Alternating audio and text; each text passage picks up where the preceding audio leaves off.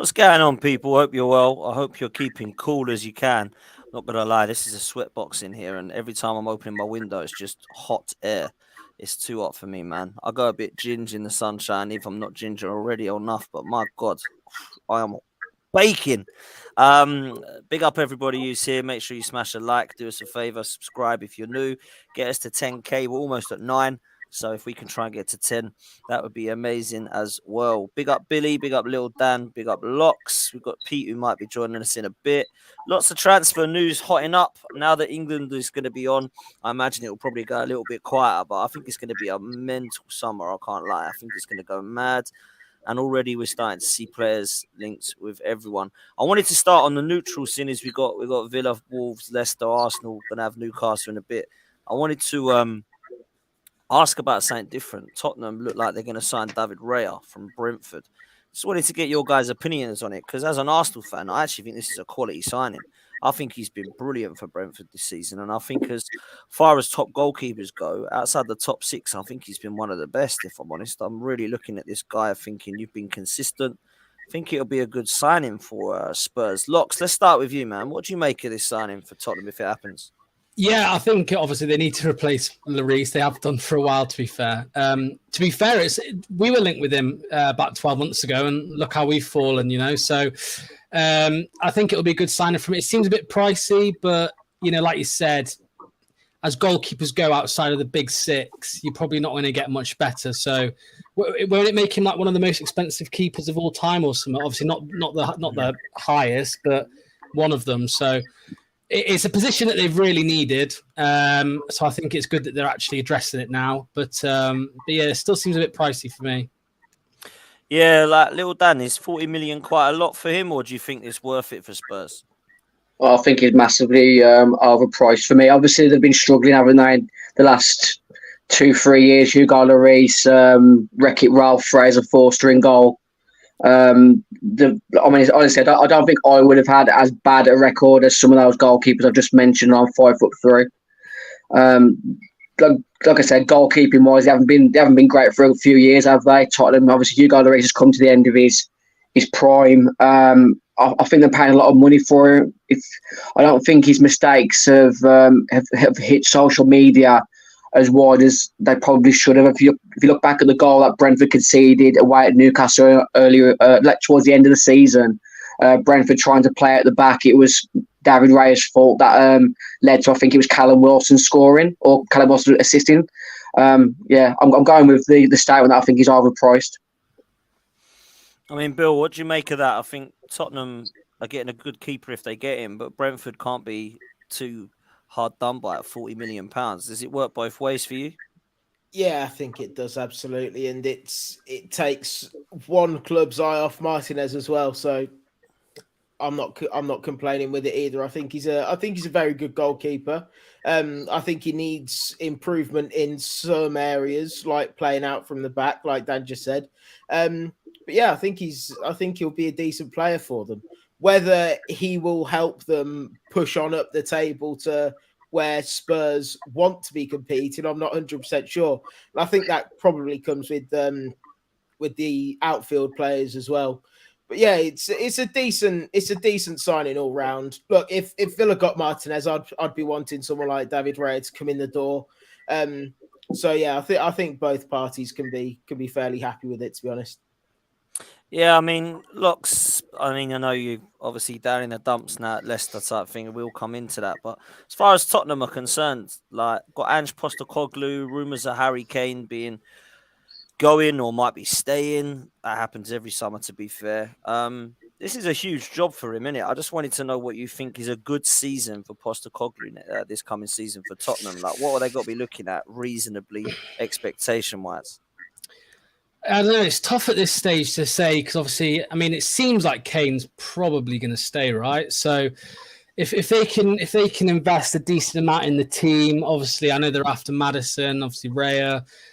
I don't think the pressure will be on him first season. I don't know. It's tough because obviously with Spurs when they've brought managers in the past like Mourinho, Conte, there's a lot of kind of pressure to change the fortunes around quite quickly, but. I don't know. I'm thinking they're probably going to aim for Europa League. They're not going to get top 4. They're not near that. that stage. I don't think. I know it was a tough year for them this year, but I don't think they're going to get Maddison, mate. I mean, I know we'll get on to Maddison. I don't think they're going to get Maddison.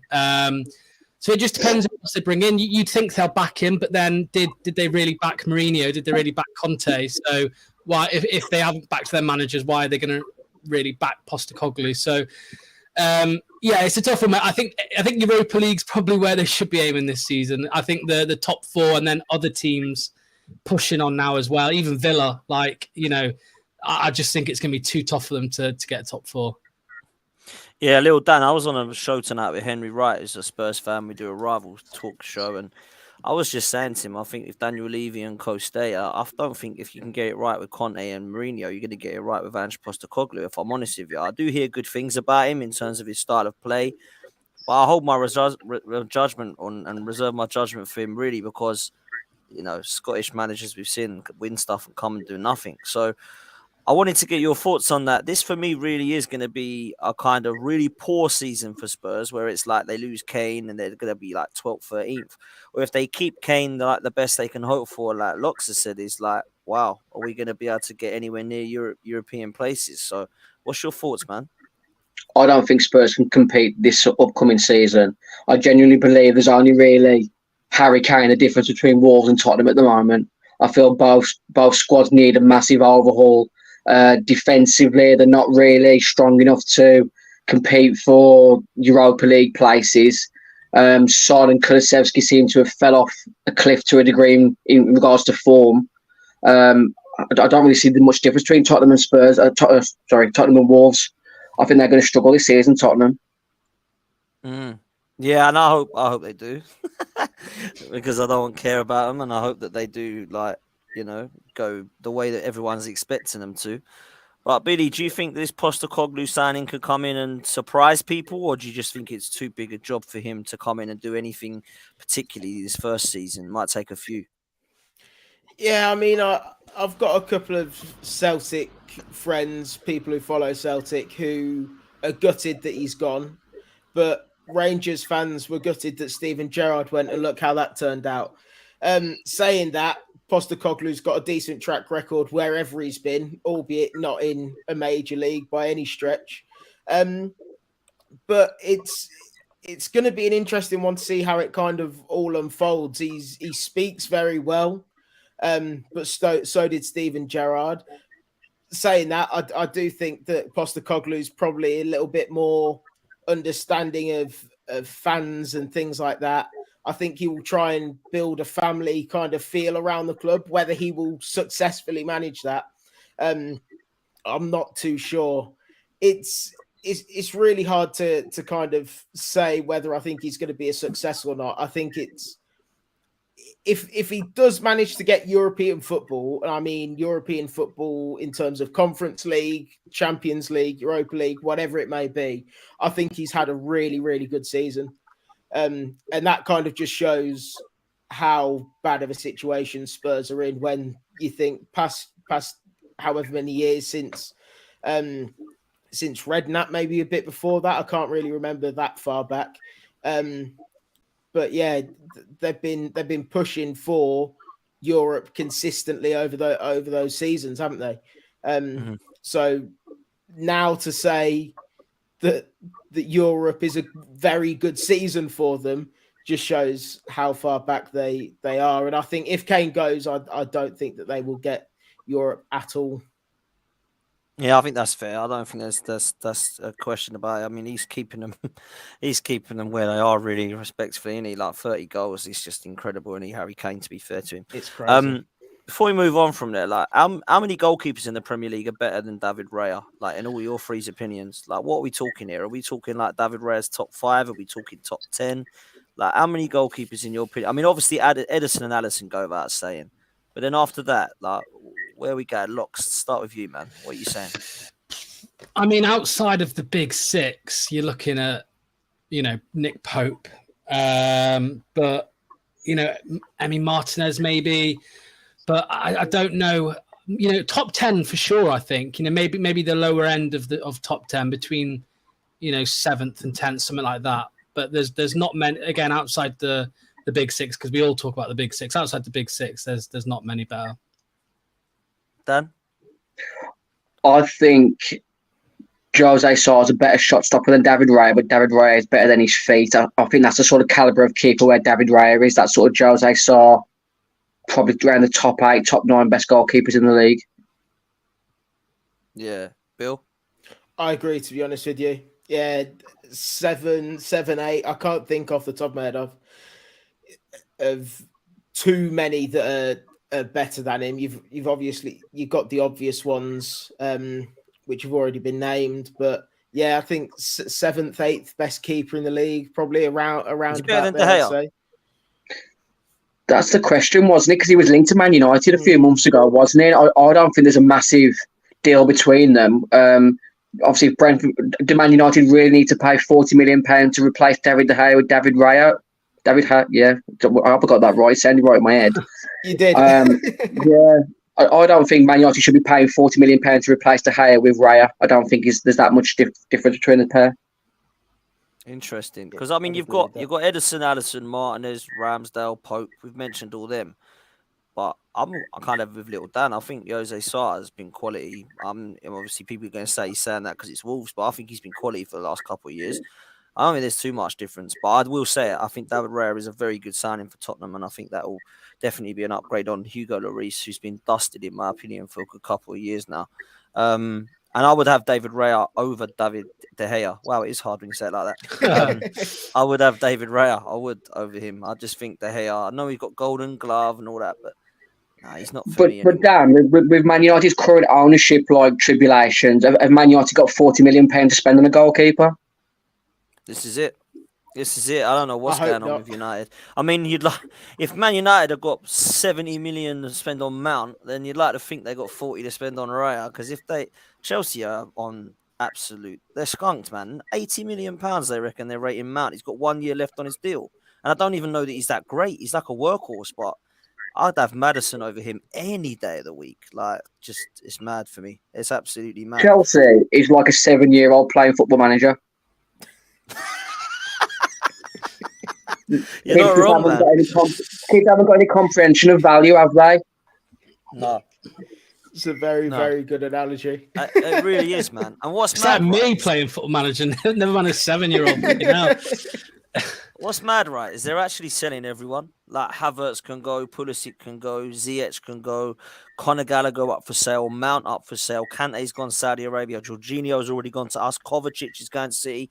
What are they going to do? They're going to go mad again, aren't they? They've got to get about 8 players in. They've got all them gone. It's absolutely 99% to me doesn't care, Dan, but the 1%, what's your opinion on Havertz to Arsenal? No, I don't want him, man. I think he's awful. Shy Havertz, man. I can't deal with him. He is. What is he? What actually position is he? I still can't work it out. I don't rate him. Like linking him with Madrid was. He doesn't score goals. He's dreadful, man. He doesn't score goals. But Real Dan, Madrid, you got to remember, he scored the winner of the Champions League final, which you guys are still missing. So maybe he might be the final piece of the jigsaw for all you know. Well, listen. If he comes and he wins as a Champions League, I'll love him forever. But I don't think that's gonna happen, mate. Our European heritage is not very good. Yeah. So, he's not Podolski, is he? Oh, I love Lucas Podolski, mate. He's unbelievable left foot, mate. But listen, I don't want Havertz. And if they want that much money, they can do one. Like if they're talking, I think they signed him for like 78 million or something. Like they're trying to get 60 back. Like, come on, man, that's not going to happen, is it? I'm amazed that Real Madrid were even interested. To be honest with you, I'm amazed anyone's interested. Who are they going to get though? Because now Benzema's got. I know they want Harry Kane, but are they going to end up with Osimhen or something? No idea. Where's their money coming from? Like it seems like they've just got this bottomless pit of money. You know, they've got Bellingham coming in and various other players. Aren't they like state funded though? I've no idea, to be honest with you. I think a lot of Real Madrid's money comes from like the government, doesn't it? Couldn't tell. That's mad. That's mad. That's why they are. Because out of the two, like Barcelona and Real Madrid, I'm always like Real Madrid. All my Barcelona mates who like talk big on there, they always say that Real Madrid are like corrupt and like government funded, and that's the reason why they're able to do all this stuff every year on end, because them back that way. Whereas Barcelona, obviously, they're bottomless pitters. shrunk, hasn't it? Yeah, man. It's mad. It is No idea mad. if I'm being totally honest. I mean, you're over there, Bill. What have you heard? You hear anything like that? Nothing. No. I can't. I mean, the general corrupt word gets bandied around everywhere, doesn't it? In England, in Germany, probably in Spain in particular, with Real Madrid and Barca. They just go at each other saying, "You're corrupt. No, you're corrupt. No, you're corrupt. No, you're corrupt." It's no one. I don't think anyone ever knows the answer with that. To be honest, mate. One thing I do know is they've got a young side now that's going to be around for a while. I'll tell you that now. That midfield, Chalmini, Valverde, Camavinga, now Jude Bellingham, Vinicius Junior, Rodrigo, and if they get Osimhen or someone like that, wow, they're going to be in and around for a while. I'll tell you that. Let's keep things back to England. Lil Dan, let's come to you. Before we come to players leaving or signing, what is the talk on Lopetegui? Like, what is actually going on there? Because there was rumours last time, he might leave, he might walk out. I'm not sure, it's all up in the air. Has it all been decided now, man? Is he staying put? Nothing's come out. I'm going with the sort of mindset at the moment is no news is good news. But for me, it seems I'm massively concerned with Wolves at the moment because all the murmurings that you hear coming out of the club doesn't instill any enthusiasm with me. Obviously, you hear the talk about Lopetegui wanting more money, sort of FFP restraint that the club has supposedly got. For me, it seems that Lopetegui either doesn't believe he's got enough budget to be competitive, which is worrying for a calibre of manager that he is. And if that is the case, he's not going to be able to do a job as good as he should be doing, whereas Wolves can't afford to sack him because he's on a massive salary. He's not going to walk away from his salary. There's talks in the last week that obviously Saudi Arabian clubs have been approaching him. I think it was Al Hilal, I believe, have come in with an approach for Lopetegui. That's the only sort of positive I can try and take, because if he does leave, hopefully there'll be a club that obviously pays a good compensation fee to take him out of his role, and then we can move on in a different direction. My concern at the moment is the manager doesn't seem to have the budget he wants. So what sort of squad is he going to have on the first day of pre-season? And we've still got players like Ruben Neves that don't look close to leaving at the moment, which should be funding the budget to overall the squad that we need. Yeah, I'm surprised about what's happening. Like, let's come to you, Billy. You're obviously other side of the Midlands in terms of Villa. Like, I looked at Wolves when they come to the Premier League, right? Looked at them under Nuno and thought, wow, they've done something decent here. They've got the players in. They seem to have some understanding, telepathy between manager, player, and the style of play and stuff. And then when Bruno Lage come in, I actually thought, you know what? They're looking good, and they were pushing for like top 4. I remember Little Dan and Rich coming on like shows talking about how the Wolves are getting in Europe and pushing for top 4 even at one stage, madly. And then since then, there's been like a drop off, man. Like Bruno Lage just he needed to go. It was poor. It was boring to watch. Wolves have like gone from Nuno pushing for Europe to like, I don't know, just a bit of a nothing side. And I don't really look at Wolves and ever go, yeah, they're looking like on their way up. I don't know where to look at Wolves at the moment. So what do you think as a Villa fan? Obviously, you're not a fan of them. I get that. But what do you think of them like moving forward? Could I just say one quick second? I'm not crying. It's hay fever. It's all good, man. Are you sure? I can't tell anymore. Lopetegui's leaving. We're going down and play the Albion again. You know it's bad when you're having to play them again. I know. Trust me.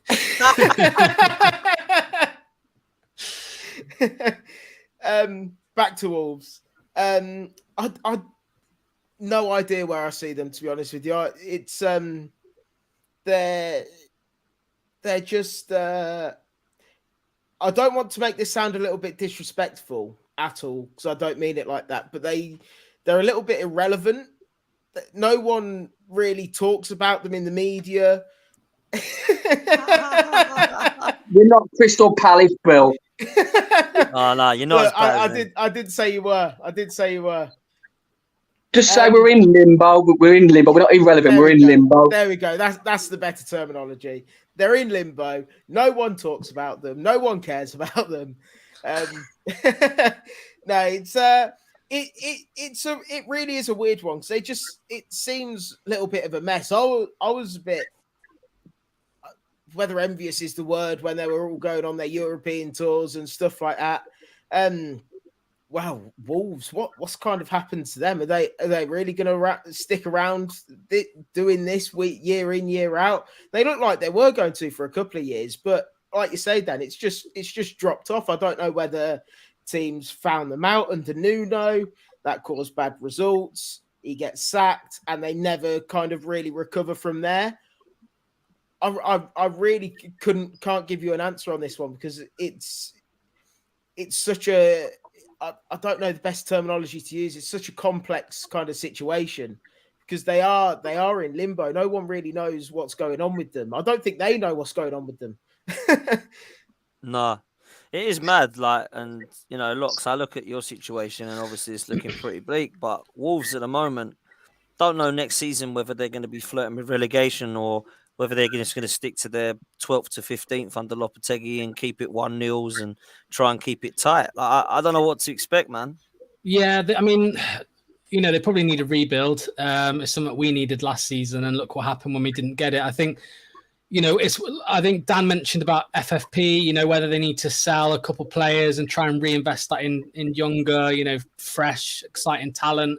But it seems like they're sleepwalking a little bit now, Wolves, and if they're not careful, I think, could be relegation next season. But I think a rebuild, I don't know if Dan agrees, a rebuild is what's needed, because if you carry on how you are and other teams around you are strengthening, you will go down. That's just a fact. Especially, with the three that come up next, the three that have come up, they'll be obviously wanting to prove themselves. And, if they've got a bit more fight than Wolves, then Wolves could be on the wrong end of a few results against them as well. So, yeah, they're in a bit of trouble, but need to get themselves out of it. Yeah, they really do, man. Little Dan, let me ask you, man, what's gone wrong for you? And when I mean go wrong, obviously you're still in the Premier, not like gone down or anything, but you were fighting up there, man. It weren't long ago that I was talking about Wolves in Europe. Yeah, it goes back to the Raul Jimenez head injury. It's all sort of spiraled out from then, really. Losing Diogo Jota and Matt Doherty the same summer. I mean, that's our three top goal scorers there. Jota, Jimenez, and Matt Doherty for goal contributions. We just never recovered as a team in the final third. We're still okay defensively. We were a bit shaky at times last season. Bruno Lage did a great job. Like I said, we was in the race for top four with you guys the season before. In January, we were sort of going for top four. They let Adama Traore go to Barcelona. Didn't bring anyone in. It was just, we've been so poorly run as a football club since we got knocked out of the Europa League. Wolves were never a club that should have been spending £35 million on a project like Fabio Silva. Fabio Silva could go on to be a good top-level striker, but Wolves at that time weren't a club that should be spending that sort of money on a project. It's, like I say, it's so poorly run. Obviously, Bruno Lage did well, but last summer he tried to put his stamp on the squad by getting rid of the big sort of characters in the dressing room. Connor Cody, Romain Saiss, Willy Bolly. Obviously, Dendoncker went to Aston Villa. We just haven't really haven't built a unity within the squad up until Lopetegui came in just before Christmas. Since Lopetegui came in, if you start everyone on 0 points, we finished 8th. So there is optimism there if you can back the manager, but still scoring goals is our biggest weakness for me. Yeah, it is, man. Sticking with you, mate, there's rumours on Max Kilman today to West Ham for like 30-40 million. What's your thoughts on that, man? Because I rate this kid. I think he's a quality defender, man. I mean, all of the murmurings that you're hearing coming out of sort of Molyneux at the moment is that Wolves are willing to invite offers of £30 million upwards, which for me is probably about the right fee. Obviously, I mentioned our WhatsApp group earlier. I think if someone offers Wolves £40 million, I'd probably drive him there myself.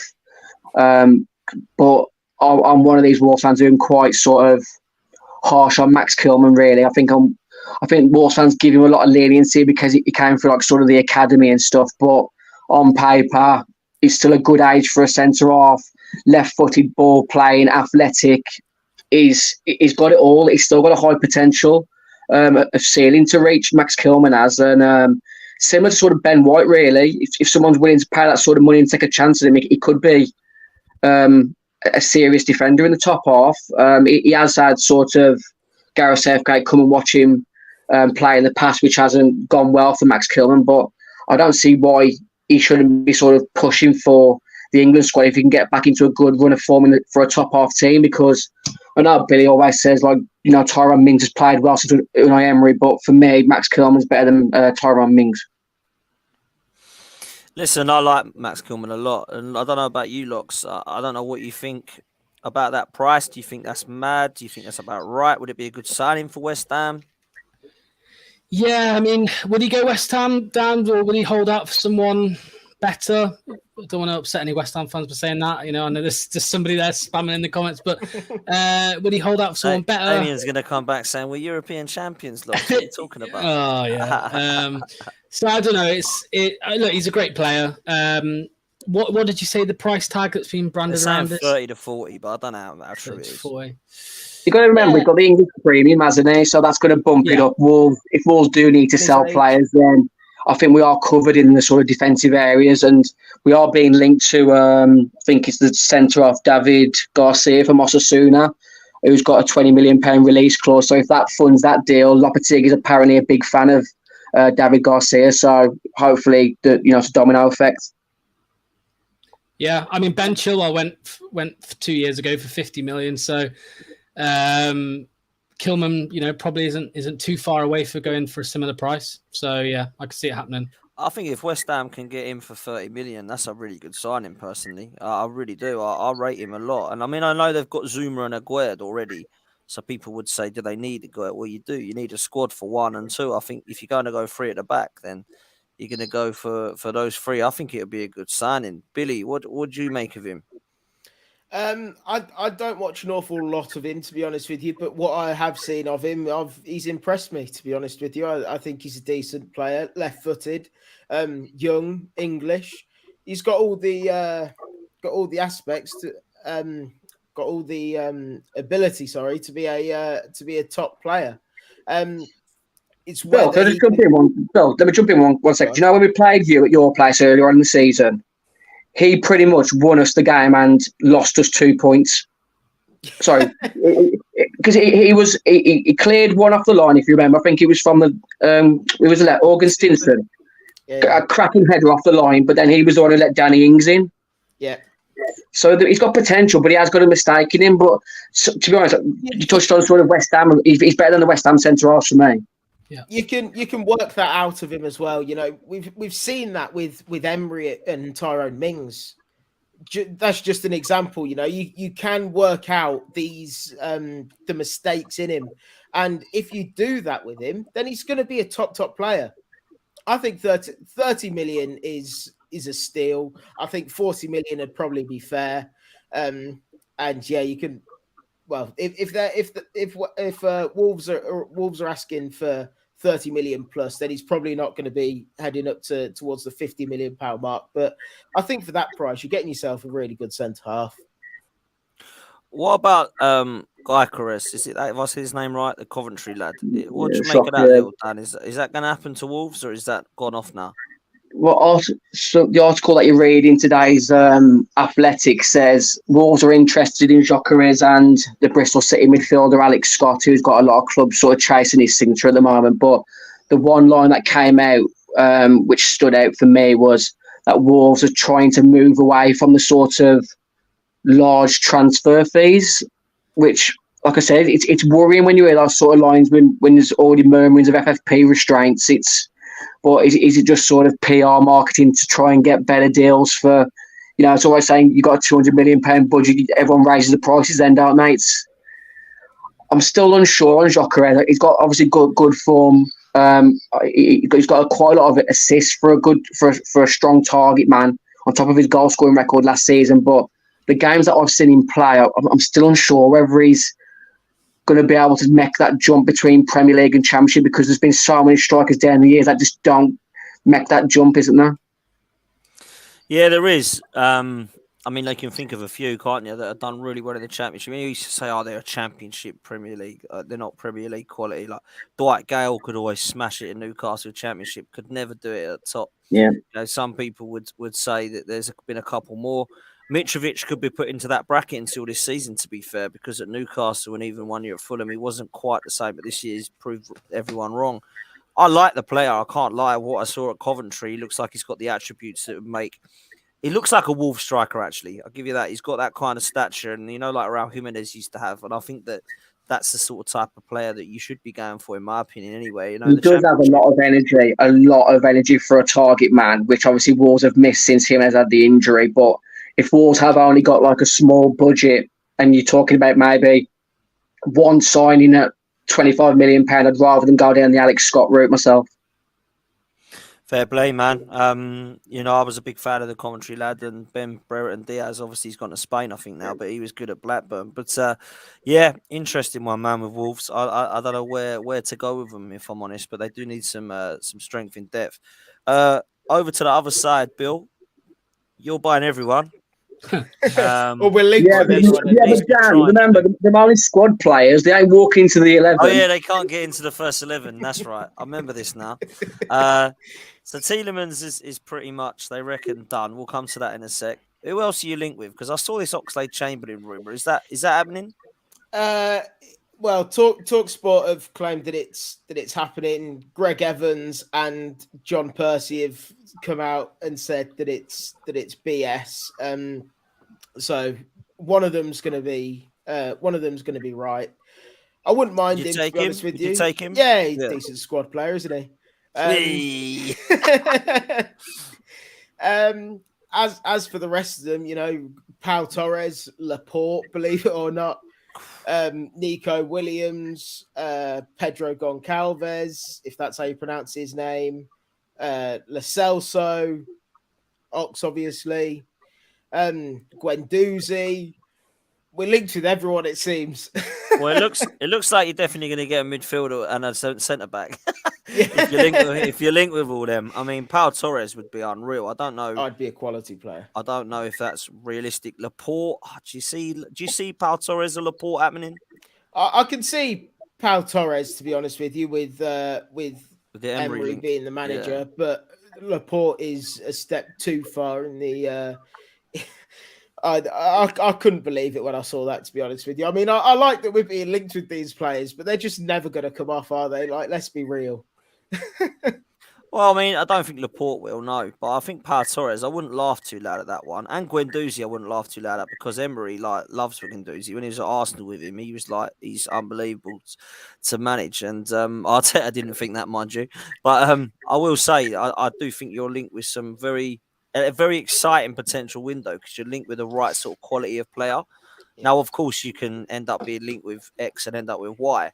But I do think that you're in the right place right now. And Villa, I think, with a good manager, should be excited about this window. But it looks like Tielemans is done. I'll bring Locks in a minute. But what I know we were mucking around before, and you and Lil Dan were arguing about how he's not going to get into your team and all that kind of stuff. But you must be happy with that signing if it happens, Bill, right? I'm over the moon with it. I think it's a fantastic addition to the squad. And it just adds competition in an area that we really needed competition. If Douglas Luiz had got injured last season, we'd have been screwed, well and truly screwed. Now, if Douglas Luiz gets injured, we've got someone as good as Youri Tielemans to come in and replace him, or vice versa. I'm not getting into this argument again. So yeah, and with obviously Europe to be there as well, to add even more games into the season, it's a massive signing for us, and I think it's a statement of intent as well. To be able to fend off teams like Rome or AC Milan, who are reportedly in for him as well. Obviously, there's a lot of upside as with us being in the Midlands already. He just needs to commute over the other side of the Midlands. His family are going to be settled. His kids are going to be able to go to the same school with their friends, etc. So yeah, I think there's a lot of upside to both parts, as well as mine's gone blank. Can't remember what I was going to say. Yeah, quality player. Move on. Yeah, I do think he's a quality player. And Locks, we were linked with him in the summer, and it was like, is he coming to Arsenal? And it sounded like there was some truth to it. It sounded like he was really, really interested, and it was like, nah, just hold off. He'll go on a free somewhere. Now it looks like we moved on to other players. What can Billy expect from Tielemans, man? Is this going to be a good signing for Villa? Well, first of all, I want to say, and this is no disrespect to Aston Villa, because I think it's an exciting project to be a part of at the minute, Villa. But I mean, 2 years ago, Tielemans refused to sign a contract with us. Leicester were in 5th place, and he refused to sign a contract. He was holding out for Arsenal, Man United, and Liverpool. And where did you finish this season? Was it 7th? 7th. And then he signed for a team that finished 7th. I mean, I think it's an exciting project at Villa. I'm not knocking Aston Villa whatsoever, because it is certainly a better club to be at right now than Leicester, and 13 other teams in the Premier League. But I just feel like he's probably kicking himself a little bit, Tielemans, how things have gone, because he was, like you said, Dan, he was linked with Arsenal, and last summer, I think it was when Leicester expected him to go, and nobody came in for him, apparently. Not one person came in for him. I think the season before that, when we won the FA Cup and he first refused to sign, I think the expectation from some teams was that they could get him for 35, 40 million, and we made it pretty clear that it would be 50 or 60, and I think that's why nothing materialised there. But yeah, look, I think he'll be a good signing for Villa. I don't think he'll play every game, and I think that's good for him because he's not the fittest of players anymore. I think you need to put him on a bit of a diet, to be honest with you. But Emery wanted him. Villa fans seem happy with it, and like you said, I think the main thing that sold it to Tielemans, from what I've heard, is that not having to relocate, again, keeping his kids in school. He's been at Leicester for like 4.5 years now, so his kids have, they've got friends, and these are things you sometimes forget about footballers, but it is a major part of their decision making, and yeah, I think it's a good fit for both parties now at this stage. But I think 2 years ago, if you said to Tielemans, "You'll be at Villa," I think he would have been very disappointed. But there we go. What are the pros and cons of Tielemans, Locks? You mentioned about him not being as fit and not having the legs and stuff. But I know he scores absolute bangers and he's good on the ball. What are the kind of cons to Tielemans? Well, yeah, I've had a few Villa fans message me this week, and it's pretty much what you just said. I've said, good on the ball and not so good off it. I mean, you can say, I was going to say, he's down tools a little bit, but then so is most of the rest of the team, to be honest with you. But he has been one of the main players where, Leicester fans have looked at and thought, you're nothing compared to what you were 2 years ago. Is that really just a drop in form, or is there something more to it? I think the second half of this season, Leicester fans were begging for him not to play because his head clearly wasn't in it at all. His heart wasn't in it. And it did seem towards the end of the season he was pulling out. He didn't want to get injured, didn't want to injure himself, and I just think you can't really blame him for that. I suppose with a couple of months left on his contract, but it really angers a lot of Leicester fans because we all saw that FA Cup final 2 years ago. That goal he scored, and if he continued, poor mentality though, isn't it? To be fair, it's poor mentality, mate. If he was fully committed and putting in performances week in, week out for Leicester, he'd be leaving this summer as an icon of the club, a legend. But he hasn't been at it, and he struggles defensively. He struggles with his fitness. He'll go off for an international break for 2 weeks, and he'll come back looking about half a stone heavier. And it's like, what's gone on there? And it's just, I don't know, mate. It's a mixed bag with him. So, it's one of them. He's just one of them. Sometimes he'll show up, sometimes he won't. But he will bring a level of he'll bring some class to the team for sure. One of the best passes I've ever seen at Leicester, absolutely. Strikers of the ball, unreal. But yeah, there's just a few things with him that will be very, very frustrating. So, But on a free transfer, mate, I'm sure he's got the hiked wages because it was a free transfer. But still, a free transfer when, a couple of years ago he was looking like a £40 million player for free. You can't complain. He'll be a good squad player. No, I think he'd be a very good player for Villa. I'm not going to lie. I know you and Lil Dan were arguing about this before. I'm not going to let you both get into it again, but I want you to talk to me quickly, Billy, about your midfield at Villa right now and where Tielemans fits in. Are you going to slot him in? You're going to have to change your system, your formation? Because at the moment, you've got Kamara, Douglas Luiz, McGinn, Ramsey. Have I missed someone? No, that's pretty much it, to be honest with you. And that's why we needed additions. Otherwise, you're bringing in Coutinho or Buendia into a position that they don't necessarily play. But yeah, to have a player like Tielemans, I mean, in my opinion anyway, he is there to compete with Douglas Luiz. He's not going to be a player that, because of the reasons that Lox has just mentioned about his legs, he's not going to be one of the wider midfielders. So that's out of the question. He's not a defensive midfielder. So he's not going to be competing with Kamara. He's going to be there competing with Douglas Luiz, who's just won Player of the Season, Supporters Player of the Season, and Players Player of the Season at Villa. And they're going to be there to push each other, to interchange with each other for the substitutions, game by game with Europe, etc. And we're a possession-based team, so the fact that he doesn't have the energy that he maybe used to have, of course, it's a slight concern, but I'm not really overly bothered about that, to be honest with you. For that reason, we're a team that like to be on the ball, we're patient on the ball, and to have someone like Douglas Luiz, like Yuri Tielemans, to ping passes around, is going to be massive for us. And yeah, I can't wait to see him in claret and blue, to be honest. You agree with this comment? I just don't see a scenario where that midfield plays together, to be honest with you. I think we're probably better off with Ramsey and McGinn as the two wider players, unless McGinn or Ramsey get an injury and maybe Luiz has to push out wide. I think Yuri Tielemans is going to be a player that plays in the middle of the park, or not at all, to be honest.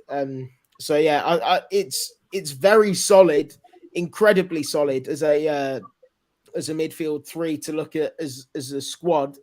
But if you're talking about who starts or who plays, then it's only going to be two of the three, and Kamara is going to be a certain starter for the reasons that I just mentioned.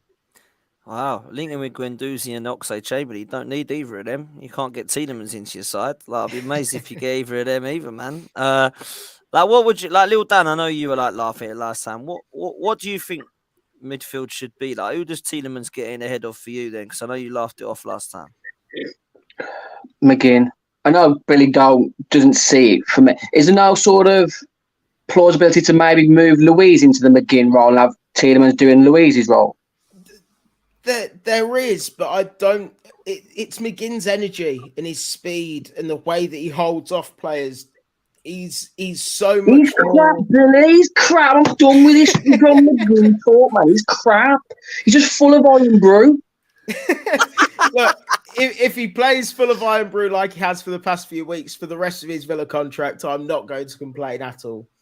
John McGinn is one of them players that every club has when you're in a trajectory that you've got an affinity to these certain players, but if you really want to push on, you have to upgrade those players, and John McGinn is that player for you. Look, I completely understand where you're coming from, and a few months ago, before Christmas, before the World Cup, I'd have snapped your hands off for 15 million probably. He was pants. He was awful under Gerrard, really poor under Dean Smith. The only real good season he had for us was in the Championship in our promotion season. He was all right, probably a bit of an average player in the first year that he came up, but since then he's been very, very poor up until Unai Emery came in, and since then he's been fantastic. He really, really has, and I agree with what you're saying. in terms of if we want to push on, we need to get rid of John McGinn. I completely get that, and I get why you're saying that, but I can only say and give my opinion on what I've seen since Unai Emery's come in, and because that's the way we're going forward. And at the minute, John McGinn is an integral part in that team. Yeah, I mean, a lot of people saying here, McGinn's been great though. Emery's done wonders with him. I don't think a lot of Villa fans, I believe, will agree with me on that. Yeah, it seems that way. But I think Little Dan said this. What could Emery do with Guendouzi and Tielemans, mate? Well, exactly. Let's wait and see if he gets them performing to the levels or better than what we've seen at the minute, then we'll be pushing for top 4. It'll just be incredible. So I hope I'm proven wrong. I hope Youri Tielemans comes in and absolutely smashes it, because Villa are going to be improving, aren't they? So fingers crossed. Fingers crossed. And Monchi as well, they reckon, coming in. By the looks of things, Emery, like when we lost Raul Sadlehi, they were talking about him coming in because of his relationship with Emery. So I think that would be a good thing for Villa, mate. Yeah, I hope so. Yeah. Emery looks like he's got the keys to the castle, and I'm all for that. I can put my full trust in Unai Emery until he gives me a reason not to, and he hasn't done that yet. Fair play, man. Fair play. Listen, Locks. It looks like James Maddison is off. No surprise. I actually think he would have left even if he stayed up. You might disagree. No, it's been confirmed that apparently that we were going to sell him anyway. So okay, where's he going to go, man? My money's on Newcastle. I think Newcastle might just want him more. I think he'll prefer Newcastle. I think he'll go there and be a star. Not like he wouldn't at Tottenham, but I just think, Champions League football, and I suppose with Tottenham, you've got the London pull, and you've got Harry Kane, I suppose, which might be a pull for an attacking midfielder, but I just think he'll go Newcastle. I think Newcastle will probably outbid. I think they'll outbid Tottenham, and yeah, mate. I just think that's where it's. I mean, I think he's been odds on for Newcastle, hasn't he, for like over a year or something. So it makes sense in my mind for him to go there. So it just depends. How much is he going to be? Well, this is a weird one because obviously when we first went down, it was like reported 40 million. And then a few days later, it came out that we wanted 50. And then in the last couple of days, it's apparently 60. We're never getting 60 million for James Maddison as a championship club. It's never going to happen. I would be happy with 45, I would say. From what I've read this week, it sounds like we're probably going to say 50, just see what I see as how much we can get. But anything under 40, even for a championship club, anything under 40 is just, I think they'll have our pants down really for that. So, and you look at like you said earlier, the price tag that's been branded about for Mount, Maddison's going to have to be at least 40, surely.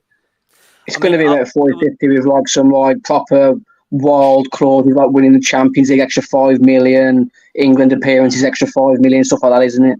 Yeah, and Norwich have got a 15% as well. I think 15% have they? Clause. Wow. Yeah, apparently so. Norwich will be happy. Wow, Norwich are like selling for as much as you can. Yeah. I must admit, I think it's a steal even at like 50 million. I think this kid's quality. Like, I love everything about him. 25 years old, am I right, Locks? He's not old, is 25, maybe 26. I can't remember. Yeah. I love the kid. I think he's got so much quality, and I know he's had injury concerns. But if you look at the last few seasons, he's actually played like 30 to 35 games in most of them, man. And when he does get injuries, it's like a couple of weeks out, not a couple of months out. So I think that's harsh when people say he's always injured.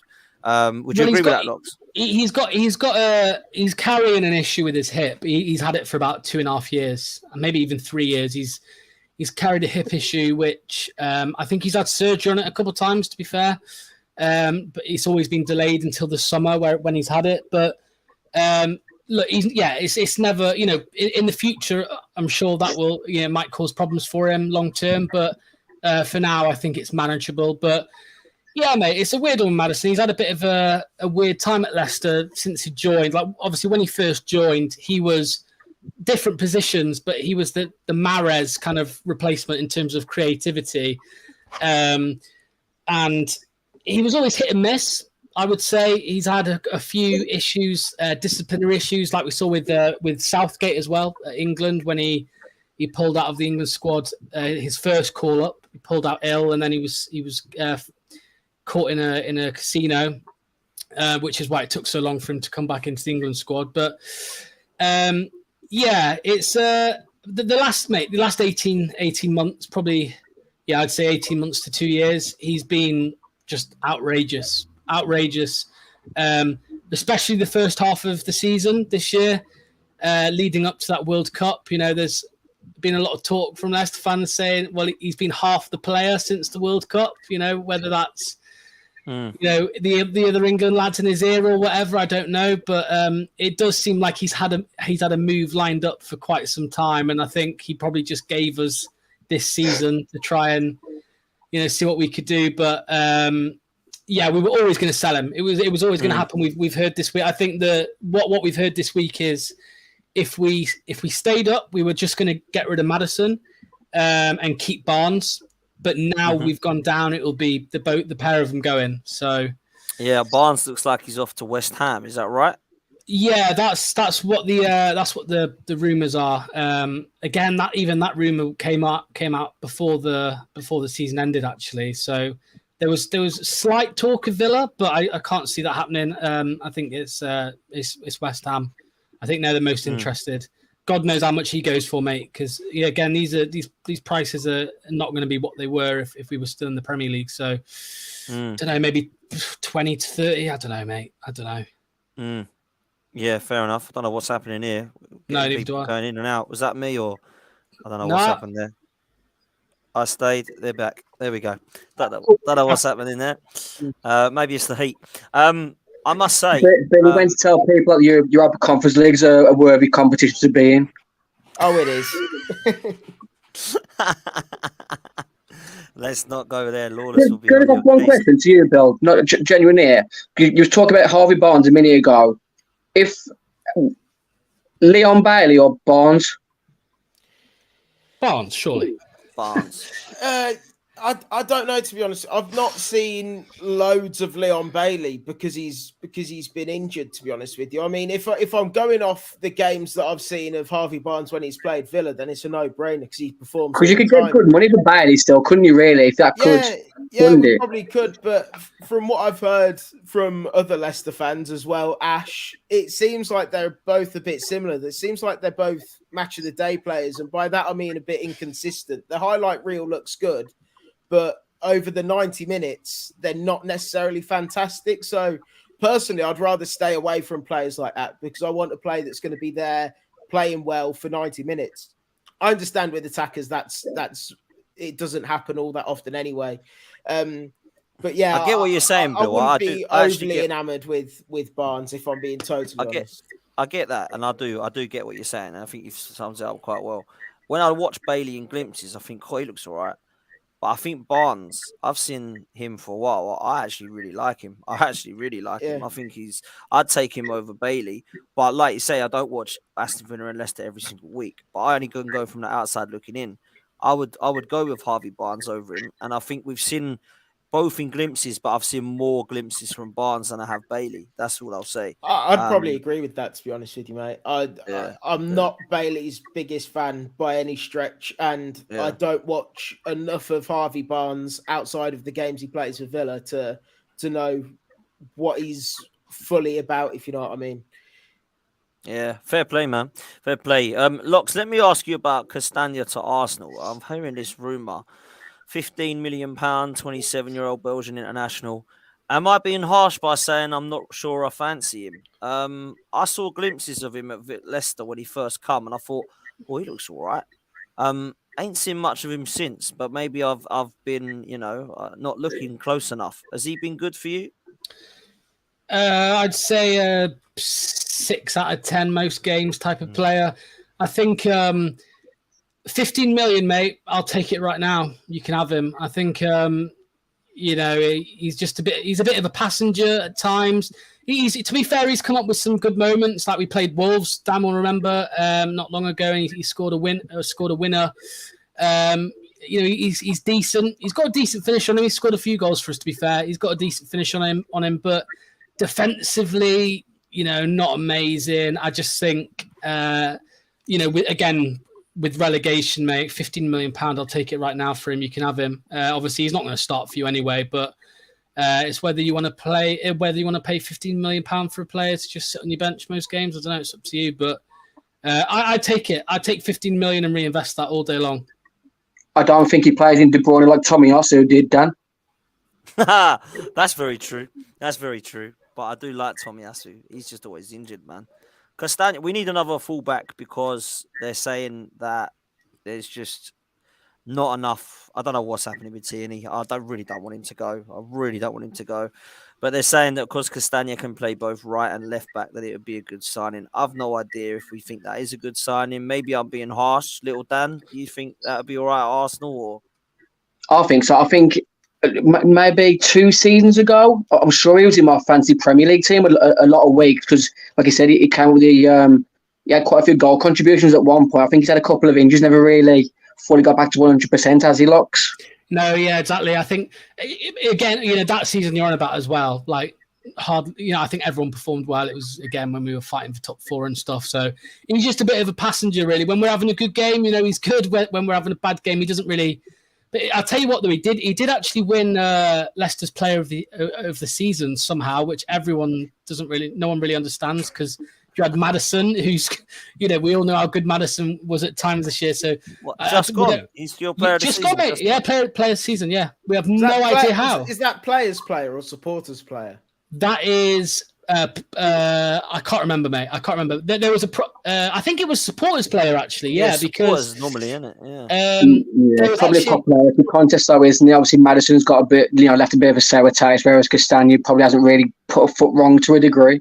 Well, funny enough, the vote actually came out around that Wolves game actually, so maybe it was just but there was actually an online campaign actually by Leicester fans for everyone to vote for Alex Smithies as our player of the season because he's the only one who hasn't made an appearance. So we all wanted to vote for him, but the club clearly shut that down, and they must have just given it to the second place, which was Castagna. So there you go. But I take that with a pinch of salt, him being player of the season, mate, because they were all shit, every single one of them. So yeah, there's only Maddison really that I would have said would have had a chance, if I'm honest with you. Iheanacho maybe as well. Iheanacho maybe at times. That's a striker I want Wolves to go for this summer. Well, it could happen, mate. I reckon. I don't know, mate. It's tough with Iheanacho because he gets a bad rep, but I think 20 million. I think when he gets a regular run of games, he doesn't let a lot of teams down from a striking position. Was it last season? Not. It was the year before. The season before. Yes. He went on that run, didn't he? Scoring. I mean, he's always liked to goal against Villa anyway. But aside from that, he went on a decent run, didn't he? Well, we may let him go because here's an exclusive for you all. We're actually linked with a new striker, so I'll let you know who this is. This is proper striker, this mate. It's Blackpool's Jerry Yates. So there you go. Oh, come on, Jerry Yates. Big up. So Iheanacho might be on his way out. Who knows?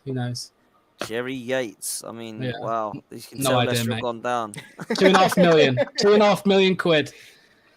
Oh, mate, that's unreal. But yeah, no, it doesn't fill me with confidence when we're linked with Castagna, really. But some people are saying they'd be okay with it. We were linked with. We went from Cancelo last week to Castagna.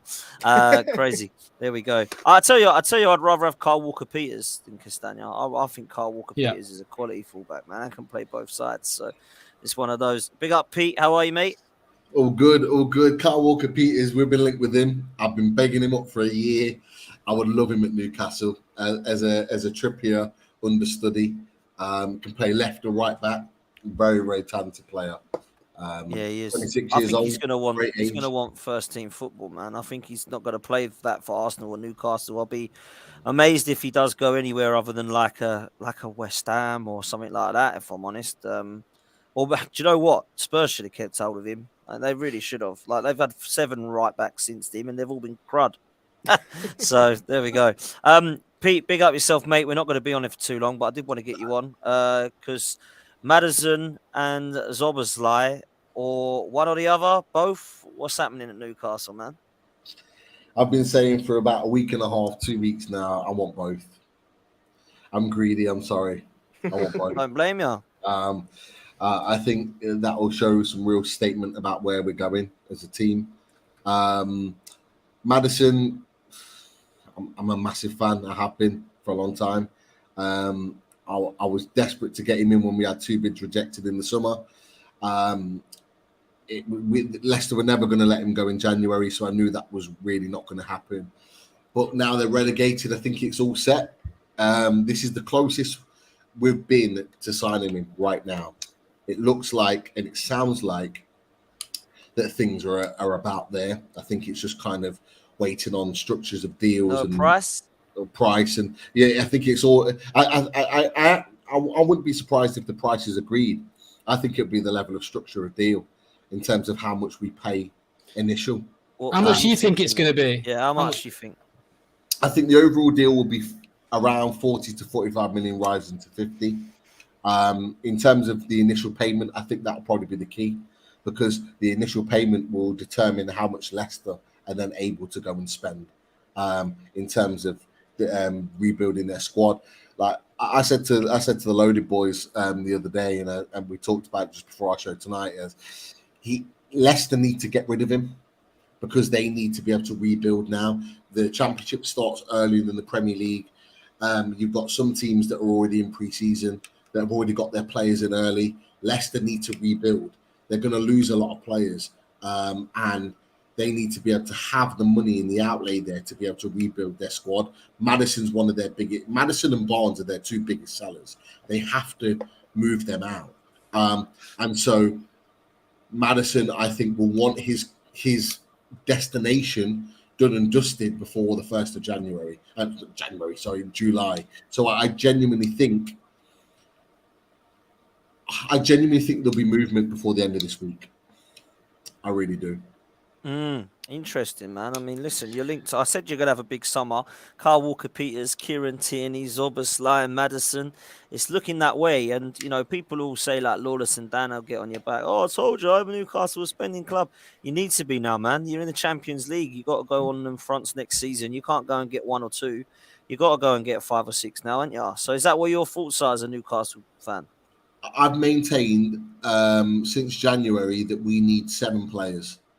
Now, that's not 7 first-team players, as in coming into the first 11. I think 3 or 4 first-team ready players coming in to the first team, the first 11, and then the others will supplement the squad, because the squad isn't ready to fight on 4 fronts next season. It's not. Certainly not Champions League football. We need to make sure that we're ready to be able to hit the ground running and be strong in all areas. So we need to strengthen. What are those 7 positions? I can give you 4 main positions. We need a brand new left back to be ahead Kieran of Dan Tierney. Burn, potentially. We need a right centre back to compete with Fabian Schär. It's looking like Lascelles will probably move on this summer. Who's the Are you linked with any right centre backs? Jean-Claire Todibo has been the heaviest link at Nice. Talented boy, played at Benfica, Barca, and he's done well very, very well at Nice. I think he's 22, 23 years old. He'd be the guy to potentially take us forward. Centre mid, either a number 6 or a number 8 or both.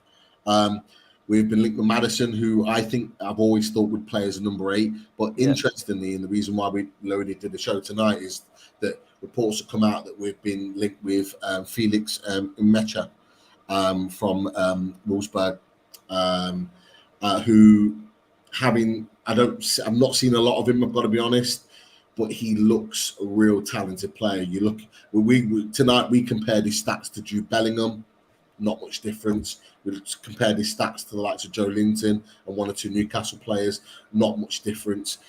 He's a number 8 box to box. Great feet, great movement. Like, he looks a talented player, but apparently 15 million, which is Oh, wow. which would be an absolute snip if we could get a player like that. So that's tonight's Newcastle link. He came from Man City. He was a Man City product. So he's a player that we linked with, which is a bit of a kind of a left field link, if I'm honest. But it's come from a national journalist, so we'll see how that one works out. And then This guy as well, Minter, Jakuba Minter. 18-year-old signed him, and he's come from I think he's come from Denmark, if I'm right in thinking. He's now gone straight on loan to Feyenoord, who are the Dutch champions, and he'll be playing Champions League football next season. So 18 years old, only played 14 games. I think he got 4 goals and 6 assists at 18. He looks a terrific prospect, and the fact that the Dutch champions have took him on and will give him plenty of minutes says he's got a big future ahead of him. 7 million euros, great deal all round, and we've dealt with things really, really well in terms of how we've manoeuvred his loan move out very, very quickly. And then for me, the last position out the 4 is either a left or right winger. Doesn't matter who or which side, but we need another winger, a winger that can score goals and create moments for me. That's what we need. So they're the 4 key positions that I think we need to strengthen in the summer. Still linked with Moussa Diaby? No, that's gone really quiet. I've got to be honest with you. With Neymar and Messi both looking like they're going to leave the club together, I agree. It Looking just like PSG. screams that he's going to go back to his home club. He came through their academy. Should have never left there. He's talked about this season how he's desperate to go back. For me, that looks like a no-brainer. So we are looking and looking at other options. Who that is, I've got no idea. It could be anybody, but like tonight with Felix and Mecha, could be anyone that pops up off the radar. But Dan Ashworth has definitely got his finger on the button. That's for sure. Pete, can I ask you a question quickly? Because we've seen, or I have anyway, I've seen this £75 million budget being bandied around. Is there any truth in that? Because surely Maddison and Szoboszlai take it up instantly. If you need another 5 players. Honestly, Billy, we had the same conversation this time last year. And it was just a different journalist that mentioned it. So Craig Hope, who's a national journalist, very, very much linked and associated or got a close association with the Newcastle as a club. He's talked about there being £75 million budget. Something similar from Luke Edwards, another national journalist, was talked about last summer, that we only had 100 million. We ended up spending a lot more than that.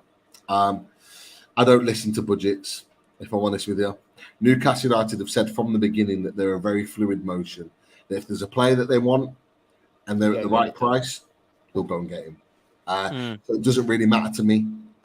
Budgets and all the rest of it, it's paper talk, if I'm honest with you. I don't really listen too much to it.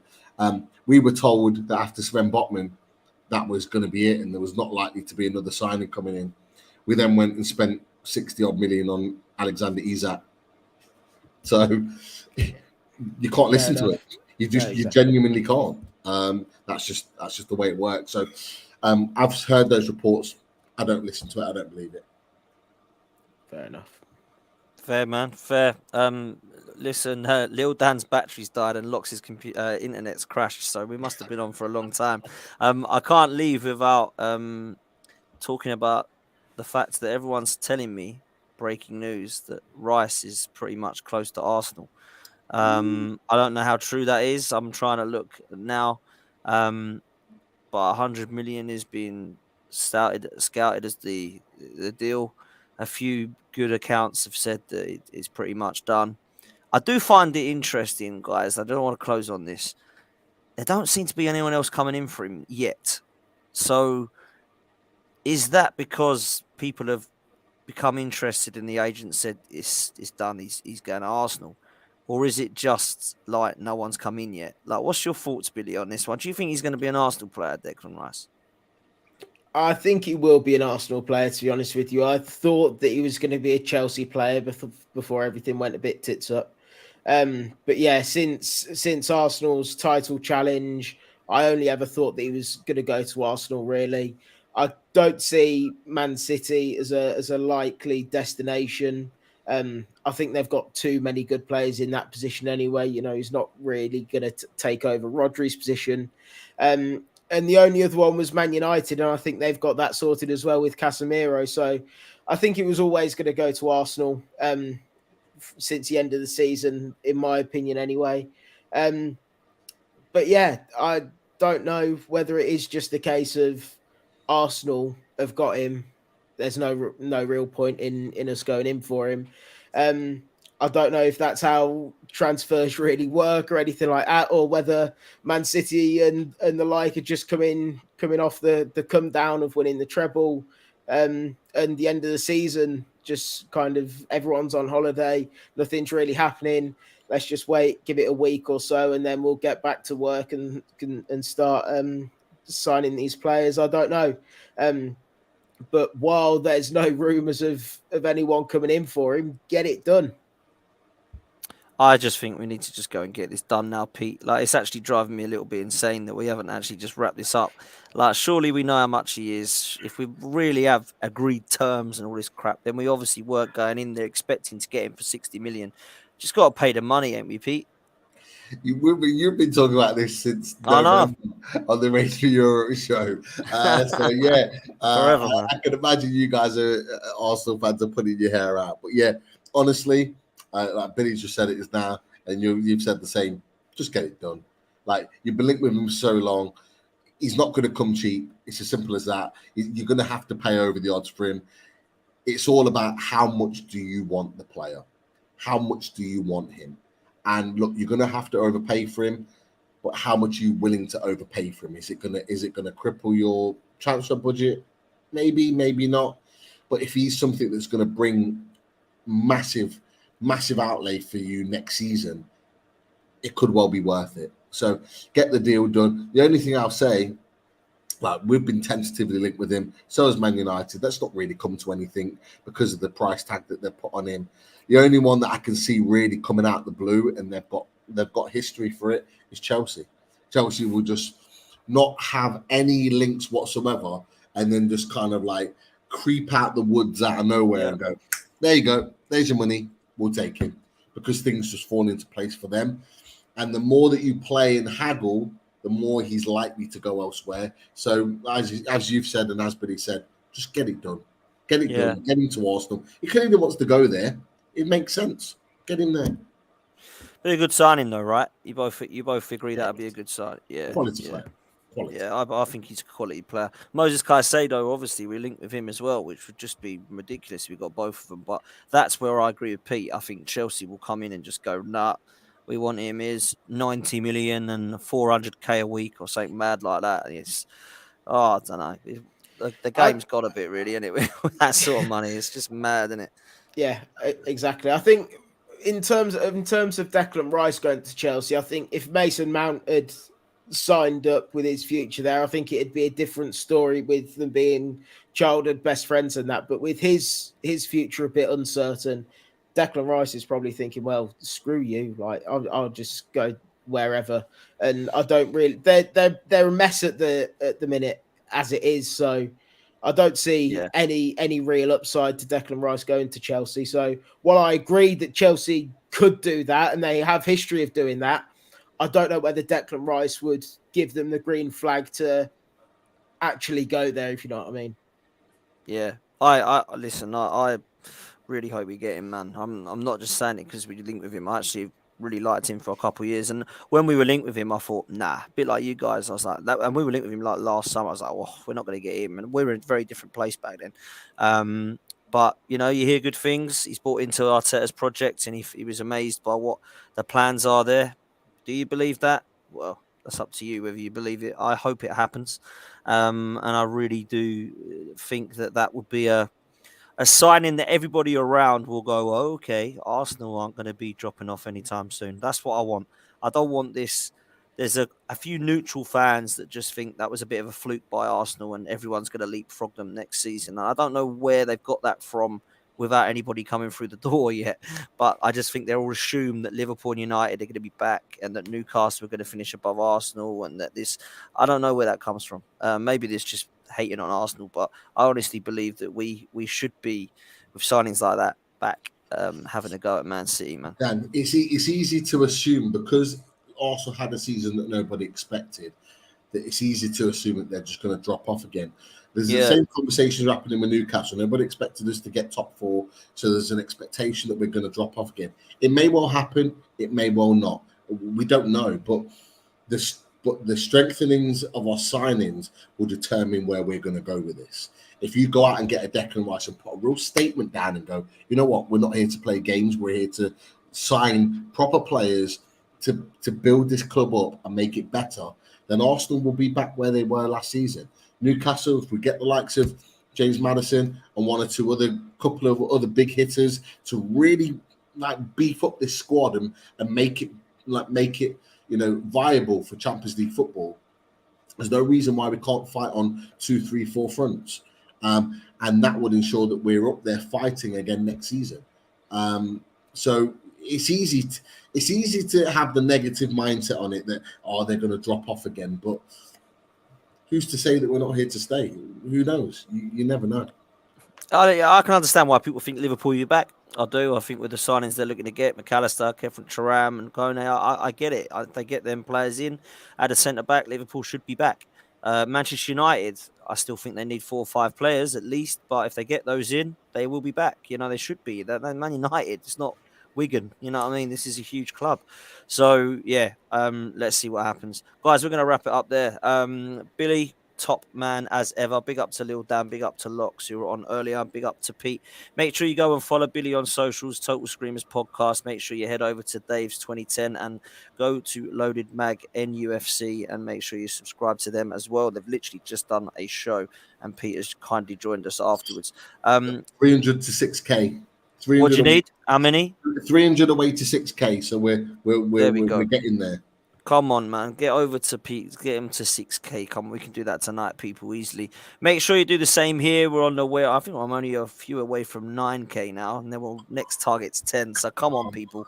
It's hot outside. It's beautiful. Let's get positivity involved and let's get us to 10K as quickly as possible. Make sure you get Pete over towards 6 as well. Brilliant stuff. Listen, we will be back. I'm going to try and do something daily, if not every other day, in terms of transfers. I've got some plans with these guys for debates throughout the summer. So make sure you don't go anywhere and smash a like on your way out. We will see you next time. Take it easy, people.